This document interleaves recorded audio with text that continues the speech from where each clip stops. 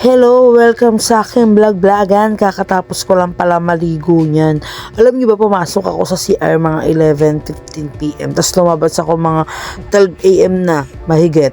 Ganun ako katagal maligo, halos isang oras. Pero actually, mabilis na nga yun eh. Kasi nagmamadali na ako.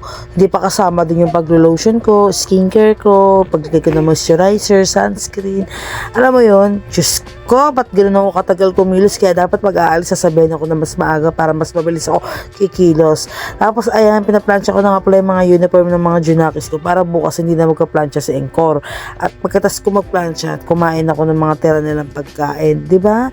Lagi na lang ako kumakain ng mga tira nilang pagkain. O ayan o, ganyan, ang sarap naman kasi talagang kumain. Manok na naman, konti na lang talaga lilipad na kami.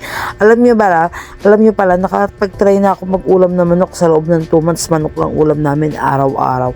Tapos bigla ako nagkaroon ng allergy. Tapos nag-stop kami. After nun, manok ulit. Manok is life. Tapos niyan, nagugas na ako ng pinggan pagkatapos ko kumain. Usually, kaya minsan tinitiran din nila ako ng pagkain sa madaling araw nila Encore para ako maghuhugos kasi tinatamad din sila.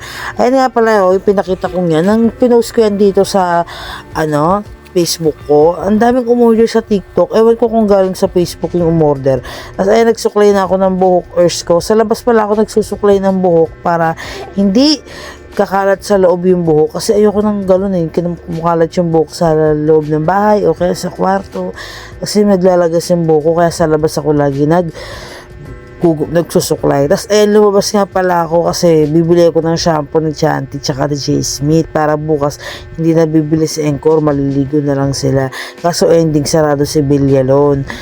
Tapos bumalik na lang ako ulit. Tapos doon ako bibili sa kabila, sa may tawiran, sa may open canal. Hindi pa kasi kami nakakapag-grocery kaya wala pa kaming stock ng mga shampoo. Ayan andito na ako. Tapos bumalik ulit ako kasi na-shocked ako. Tapos naisip ko, ay ba't ako masya-shocked? Babalik ulit ako. Ayan, bibili na ako talaga. Sure na to, hindi na ako matatakot. Ngayon, trantahin na natatakot pa sa multo. Baliw yan. Sana all baliw. Ayan, tatawid na ako. Tapos may nakita nga akong apam dito. Ayan. Apam, ang kailangan ng mga Pilipinang makaahon sa hirap ng buhay. Charis. Okay lang naman magmahal ng apam basta toong mamali mo kaysa lulukohin mo, diba? Kasi mga apam, mas gusto talaga nila mga Pilipina eh. Kasi bukod sa maasikaso, mapagmahal, yun yung gusto nila tsaka maalaga. Kaya akala ng iba kasi pag nag-apam ka, pera lang din habol mo eh, no? Di kaya. Tapos ayan, usapan, shampoo lang bibilin pero bumili na ako ng mga chichirya tapos tsaka Sesto Choco. Eh wala eh, sa Encore mahilig yun mag-chichirya bago matulog. Tsaka mahilig yun sa maalat. Yan. Kaya wala nang pag-asang pumayat ulit. Meron naman pero matatagalan na naman. Nakikita ko na naman yung itsura ko nang nagtatrabaho ako sa barangay. Yung sobrang lumba-lumba ako. Alam niyo, last year nag-diet ako, pumayat ako. Tapos ngayon lalaki na naman ako kasi nabuntis ako. Wala na talagang pag-asang pumayat. Hanggang dito na lang pala yung vlog na tinatapos ko kasi pabalik na ako niyan. Thank you for watching. Sana nag-enjoy ka. Kahit hindi ka enjoy. Vlog mo to. Vlog ko to.